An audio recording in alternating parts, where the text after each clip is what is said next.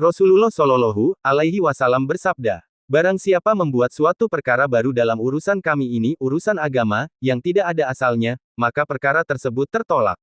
Hadits riwayat Bukhari dan Muslim. Rasulullah Shallallahu Alaihi Wasallam bersabda, barang siapa melakukan suatu amalan yang bukan berasal dari kami, maka amalan tersebut tertolak.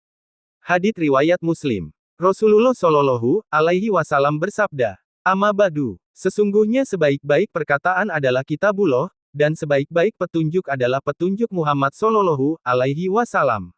Sejelek-jelek perkara adalah perkara agama, yang diada-adakan, setiap perkara agama, yang diada-adakan itu adalah bid'ah, setiap bid'ah adalah kesesatan. Hadits riwayat Muslim. Rasulullah Shallallahu Alaihi Wasallam bersabda, sungguh Allah menghalangi taubat dari setiap pelaku bid'ah sampai ia meninggalkan bid'ahnya. Hadits riwayat At-Tabrani.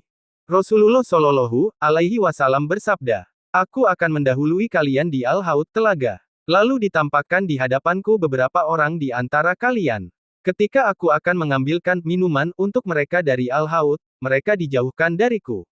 Aku lantas berkata, wahai Robku, ini adalah umatku. Allah berfirman, engkau tidak tahu bid'ah yang mereka ada-adakan sepeninggalmu. Hadits riwayat Bukhari. Dalam riwayat lain dikatakan, wahai Rob, sungguh mereka bagian dari pengikutku. Lalu Allah berfirman, sungguh engkau tidak tahu bahwa sepeninggalmu mereka telah mengganti ajaranmu. Kemudian Rasulullah mengatakan, celaka, celaka bagi orang yang telah mengganti ajaranku sesudahku. Hadits riwayat Bukhari. Rasulullah Shallallahu Alaihi Wasallam bersabda, aku wasiatkan kepada kalian untuk bertakwa kepada Allah, tetap mendengar dan taat kepada pemimpin walaupun yang memimpin kalian adalah seorang budak dari Habasyah. Karena barang siapa di antara kalian yang hidup sepeninggalku nanti, dia akan melihat perselisihan yang banyak.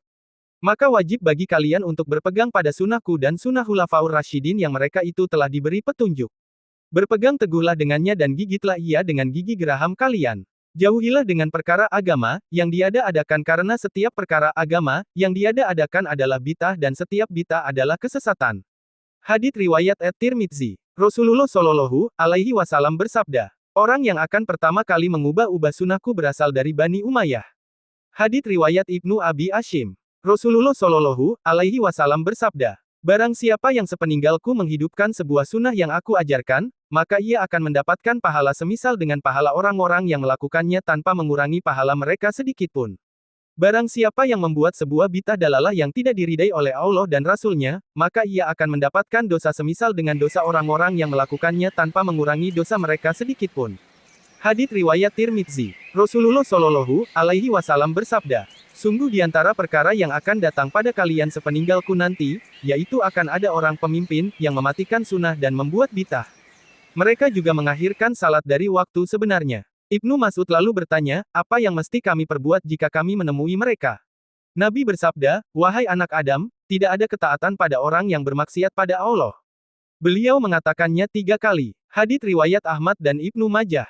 Rasulullah Shallallahu Alaihi Wasallam bersabda, janganlah kamu sekalian mengada-adakan urusan-urusan yang baru dalam agama karena sesungguhnya mengadakan hal yang baru adalah bid'ah, dan setiap bid'ah adalah sesat.